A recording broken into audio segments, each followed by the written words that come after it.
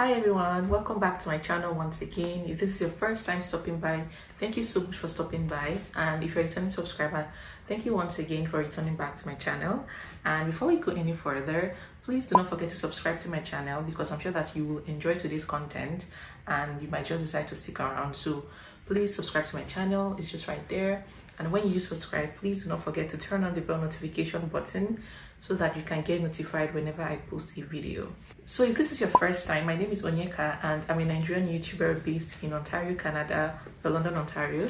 And I basically make videos about my life experiences here for you guys to watch. And please do not forget to check out my previous content, as I'm sure, like I said once again, you will find something that interests you. Okay, so without further ado, I'll just jump straight into today's video. So today's video wasn't exactly planned. I was just chilling on my bed and I just had this idea to just talk about this little experience. And as you can tell from the thumbnail, I'm just going to briefly talk about like the Canadian education system, particularly my experience. So it's sort of like a little blurb, but I do apologize if it's a little all over the place because I didn't exactly plan for this, but I just felt the urge to, quickly film this video. So here we are.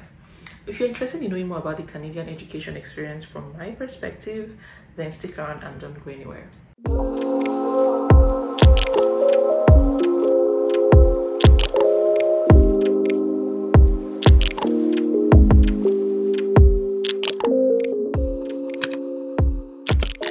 A brief backstory for me was that I immigrated to Canada in the year of 2018, September to be precise. I came for my master's degree. I have a master's in public health and I also have a health background. Like I'm also a Nigerian trained pharmacist. So that's a little blurb. And when I came for my master's in September of 2018, it was a crazy experience. I've mentioned this a few times on my channel, but I feel like I just need to talk about it once again because the first time I talked about it was like my third video and I filmed a bunch of videos afterwards. So I feel like this also applies to anyone immigrating to a different country with a different education system entirely, but so it can still apply to you. So when I came, I didn't really anticipate, how intense or how different the educational system was. For some reason, I had this preconceived notion that the Western education system is a lot easier.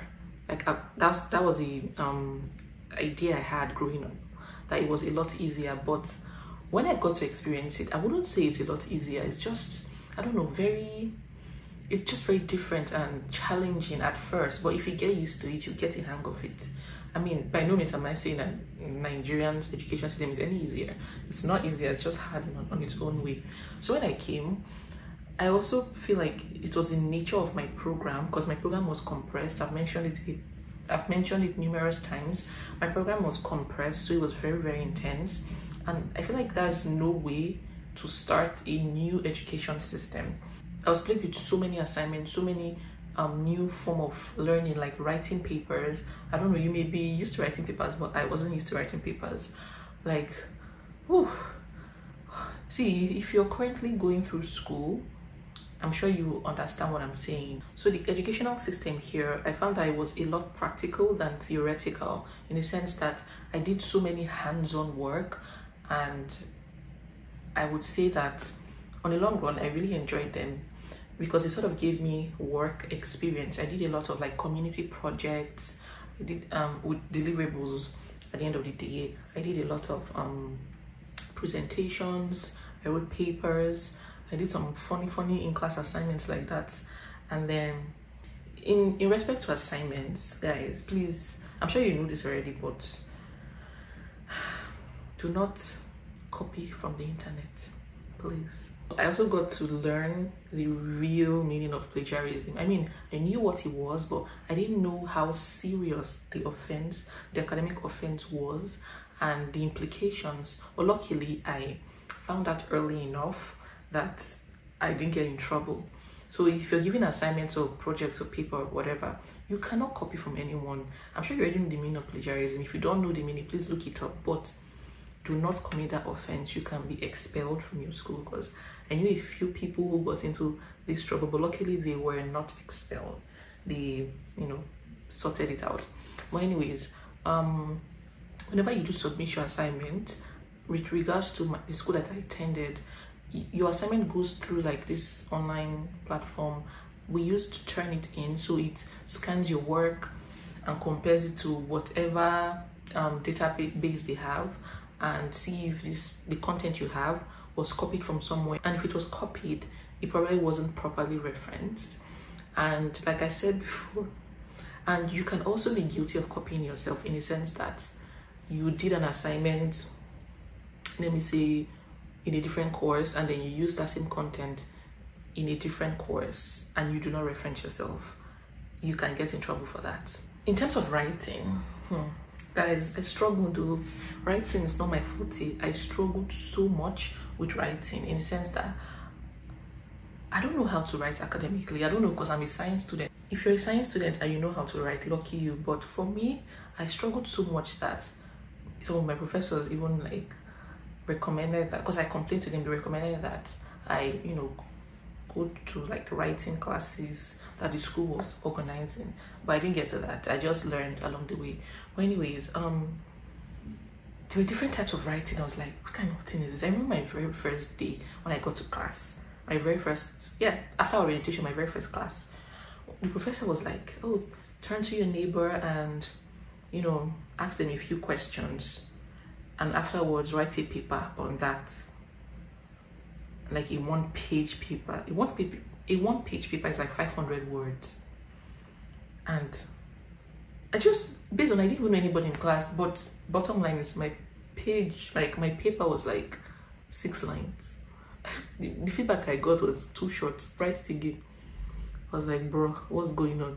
So that was my first experience. But later on, I got better. Although I struggled, my writing style was horrible the first few weeks. Even though I feel like I'm still struggling, but I'm definitely not where I used to be before in terms of my professional writing.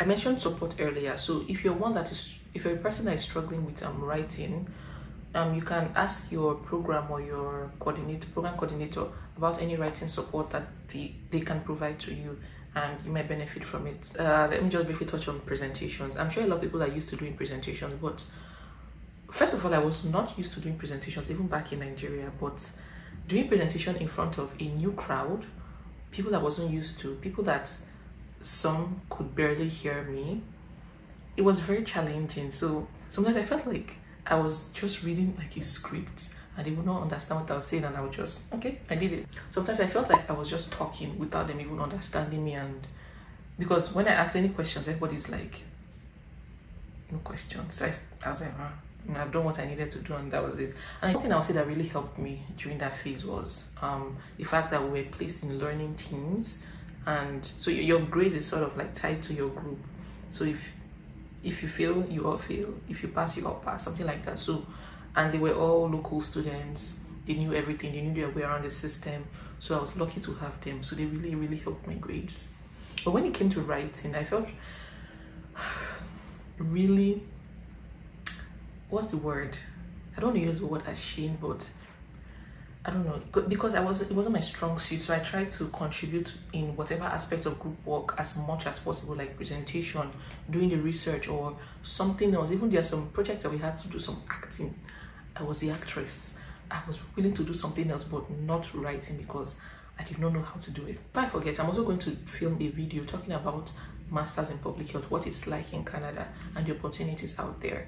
I remember you had to participate in every class. If you did not participate in a class, you get a 0. So every class, someone scores you if you participate. Like if you say something that makes sense, if the marker feels like it makes sense, you can get a 2 or a 3.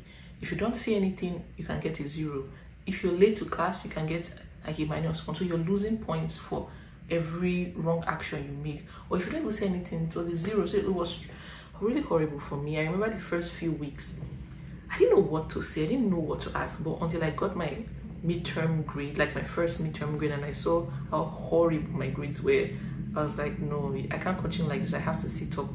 So I started learning the tricks. I started observing people, how they asked their questions, and I learned the ropes. And when I started talking, they were tired of me. Like, I was talking. In fact, before I come to class, I've already prepared my questions a night before. So as the professor is talking, I'm taking notes like this. My hand is already up, like, excuse me, sir. Yeah, so that's how it was. And while I was going through all of this phase, I feel like the education system was hard, but external environmental factors also played a role because I was a newcomer and I was alone. So I struggled a lot, and I feel like that was the first time I was actually in touch with my mental health, in the sense that I was always crying. Some of you may laugh, but sometimes, for example, I remember one time I was having a break from class and my mom called. When I heard her voice, I just started crying. I could not explain. Like, I was homesick. I think I was, and I was experiencing the whole culture shock thing. So it was really, really affecting my mental health. So I resorted to doing things that made me happy, which was like watching movies, just, you know, detaching from the world. Just watching movies really made me happy. And I also kept in touch with my friends and my family. So if you're experiencing a really hard time right now as a newcomer or a first one international student, you should really try to do whatever makes you happy. Keep in touch with your family. You can also seek out mental health resources that your program has to provide, because I remember, like, my program coordinator was always talking about mental health resources available for students who were struggling to cope. And although I didn't use the resources, but you can use it, it's helpful. While we are still on the topic of mental health, I found that they were very lenient, in the sense that if you're going through something and you have a test, you can actually let them know what you're going through, and you can actually take your test at a different time. Because, for example, in Nigeria, let's say someone serves you breakfast and you're going through a hard time and you have a test, you have no choice, you have to take that test, and depending on your state of mind, it may or may not affect your grades. Like, I know someone that was going through a breakup, and she told one of our professors that she's going through a breakup, and they let her take her test at a different time. I was like, wow, must be nice. I feel like because of how we were raised, or how I was raised, I have to man up and take it. But if you're going through something serious, like maybe loss or grief or whatever, those are really serious situations. I feel like you can talk to your professors about it and they can arrange something for you. So the educational system is very, you know, lenient. You can find your way around it. Still on the topic of mental health, it's important that you advocate for yourself. If you are not understanding something, if you're struggling with something, please speak up. Speak to your, it doesn't have to be you speaking up in class about what you're going through. You can meet your professor one-on-one. You can meet your program coordinator, like have a chat. Advocate for yourself, guys. You'd be surprised at how helpful that is. Do not keep quiet. Do not die in silence. Another thing I want to talk about is applying for bursaries. If you're an international student, please be sure to ask your program coordinator if bursaries are available for you.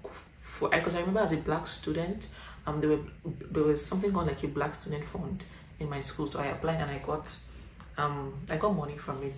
I got funds as high as $2,000. Yeah, so don't sleep on that.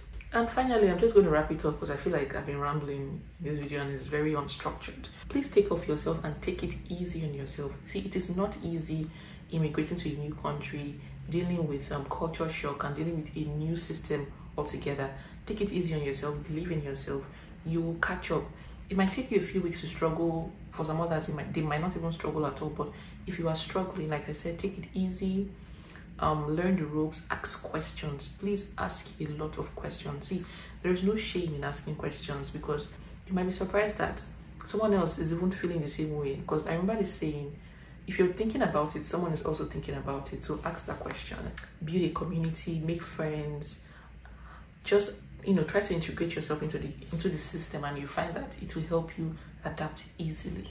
So I hope this video, I don't know, may serve as some sort of encouragement to someone going through this particular phase and not knowing what to do, or this might just put a smile on your face. If it does make you smile, then at least this video has done something. Well, that's it. I'm done just expressing what's in my head. I just wanted to put it on camera, so I'm done doing that right now. And thank you guys for watching this video. Please let me know if you want me to do more talks like this, or if you have something to suggest for me to just chat about on my channel. Just let me know in the comment section, okay? And thank you for sticking with me this long. Do not forget to subscribe to my channel and like this video and share this video, okay?